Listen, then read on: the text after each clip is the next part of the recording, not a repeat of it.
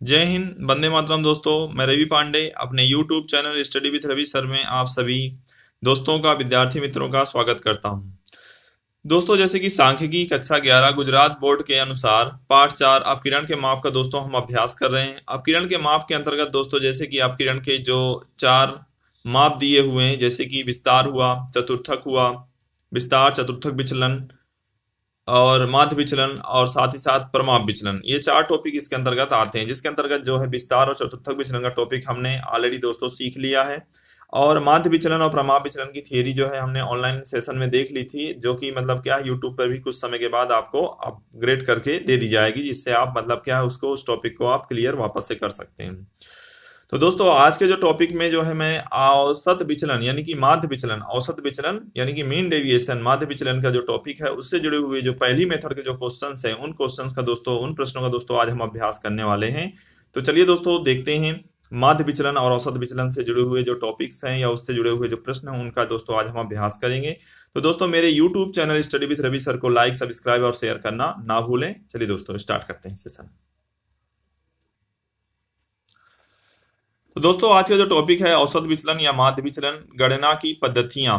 ठीक है, तो पहला जैसे टॉपिक दोस्तों यहाँ पर दिया हुआ है कि जब सूचना अवर्गीकृत प्रकार की हो तब। जब सूचना अवर्गीकृत प्रकार की हो तो उसके लिए अवर्गीकृत प्रकार की सूचना मतलब कि आपको अवलोकन दिए होंगे, उन अवलोकनों के आधार पर सूत्रों में मान रखना है और मतलब क्या है, वैल्यू आपको क्वालिफाई कर लेनी है।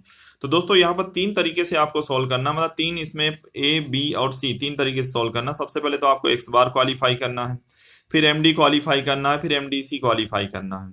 तो सूचना के आधार पर जब सूचना अवर्गीकृत प्रकार की हो तब, तो एमडी एमडी बराबर यानी कि मेन डिविएशन यानी औसत विचलन का दोस्तों ये साइन है, capital M capital D is equal to sigma मानांक के अंदर x i minus x bar के बटे में दोस्तों कितना हो जाएगा, एन हो जाएगा। जहां पर एन बराबर क्या हो जाएगा दोस्तों, अवलोकनों की संख्या हो जाएगी। याद रखना है कि एन बराबर क्या होगा, तो एन बराबर अवलोकनों की संख्या।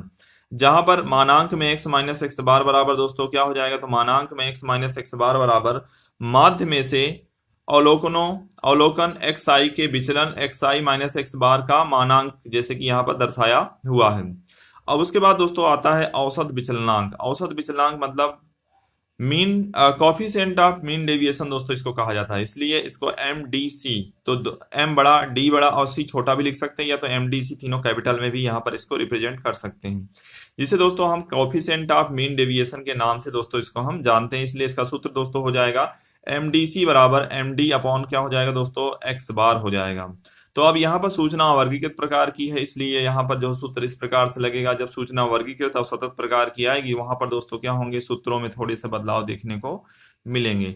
चलिए दोस्तों, यहाँ पर जो है इससे जुड़े हुए आज दो प्रश्नों का हम अभ्यास करेंगे और एक प्रश्न मैं आपको अभ्यास करने के लिए दूंगा, रिवीजन करने के लिए दूंगा।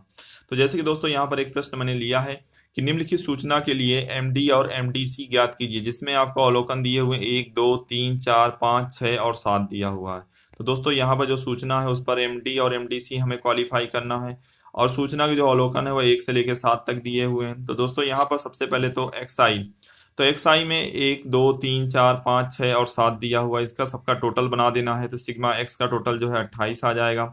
तो इस ये आने के बाद आपको क्या करना है, सबसे पहले एक्स बार आपको ज्ञात कर लेना है।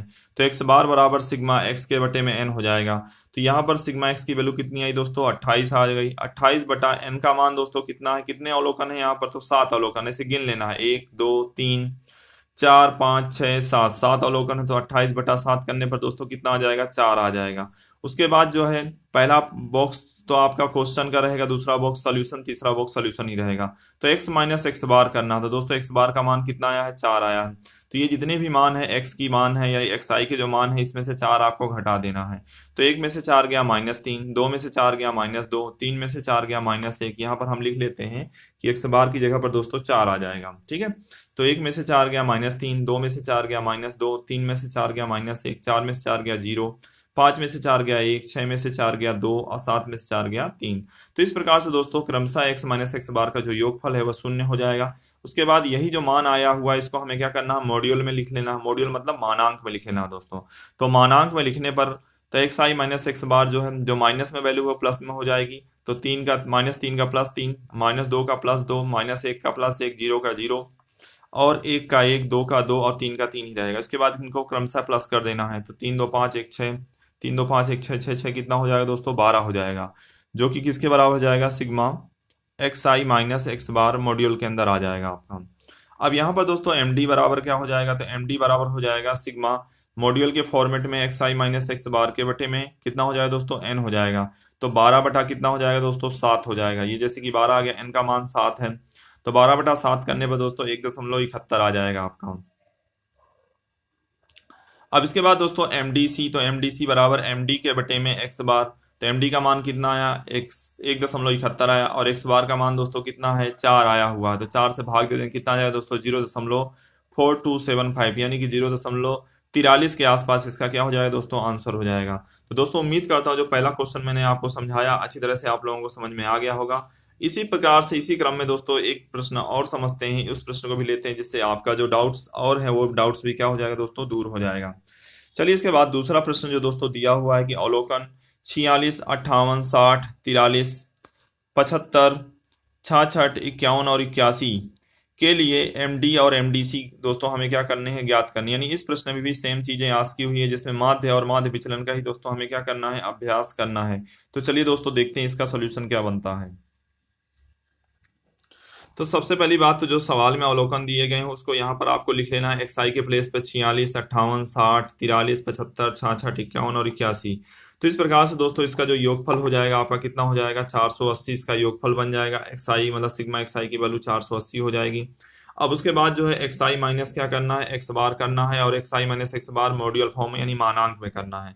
तो सबसे पहले तो आपको एक्स बार को ज्ञात करना है दोस्तों, तो एक्स बार बराबर सिग्मा एक्स के बटे में क्या हो जाएगा एन हो जाएगा, जहां पर एक्स बार बराबर सिग्मा एक्स की वैल्यू कितनी है दोस्तों 480, 480 बटा एन का मान कितना है 8 है, यदि गिन लेते हैं इसको तो 1 2 3 4 5 6 7 और 8, तो 480 बटा 8 करने पर दोस्तों कितना आ जाएगा 60 आ जाएगा। तो एक्स बार का मान दोस्तों कितना आ गया 60 आ गया। क्रमशः एक्स आई माइनस एक्स बार, तो एक्स बार का मान दोस्तों जैसे कि 60 है, तो यहाँ पर 60 से एक्स आई की जो कीमतें आई हुई वो 60 से क्या कर देना है माइनस कर देना है।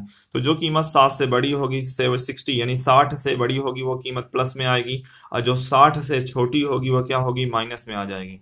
जैसे कि एक्स आई माइनस एक्स बार, तो पहला जो मुहावरा है यानी कि पहला 46 दिया, 46 माइनस 60 करने पर -14, 58 माइनस 60 करने पर -2, 60 में से 60 गया 0, 43 में से 60 गया -17, 75 में से 60 गया 15, 66 में से 60 गया 6, 51 में से 60 गया -9, 81 में से 60 गया 21। तो इस तरह से दोस्तों इसको भी घटाएंगे जोड़ेंगे तो कितना आ जाएगा 0 आ जाएगा। अब इसी को दोस्तों मॉड्यूल फॉर्म में एक्स आई माइनस एक्स बार कर देना है, तो -14 का +14, -2 का +2, 0 का 0, 17 का -17 का 17, +15, 6 का 6, 9 का 9 और 21 का 21, तो क्रमशः 84 आ जाएगा। अब उसके बाद दोस्तों जैसे कि ये आपका सोल्यूशन बन गया, इसके बाद जो है दोस्तों एम डी बराबर सिग्मा मानांक के अंदर x i minus x bar के बटे में दोस्तों क्या कर देंगे एन कर देंगे, जिसमें आपका जो है 84/8 बराबर कितना हो जाएगा 10.5 आ जाएगा एम डी का मान। अब उसके बाद एम डी सी, तो एम डी सी बराबर क्या हो जाएगा एम डी के बटे में एक्स बार, तो 10.5 के बटे में 60 करने पर दोस्तों कितना आ जाएगा 0.18, इसका क्या हो जाएगा दोस्तों आंसर्स हो जाएगा। तो उम्मीद करता हूं दोस्तों ये दूसरा प्रश्न जो मैंने आपको समझाया ये प्रश्न भी आपको अच्छी तरह से समझ में आ गया होगा कि किस तरह से इस प्रश्न को हमें क्या करना है क्वालिफाई करना है। अब इसी से जुड़ा हुआ है गुजरात बोर्ड का जो है एक्सरसाइज 4.3 का क्वेश्चन नंबर 1 मैं आपको दिखा देता हूं समझा देता हूं, और उस क्वेश्चन को आपको सॉल्व कर लेना है। इसी के साथ में जैसे कि 2 प्रश्न हुए इसी के नीचे एक प्रश्न आप और सॉल्व कर लेंगे। चलिए दोस्तों देखते हैं एक्सरसाइज 4.3 में क्वेश्चन नंबर 1।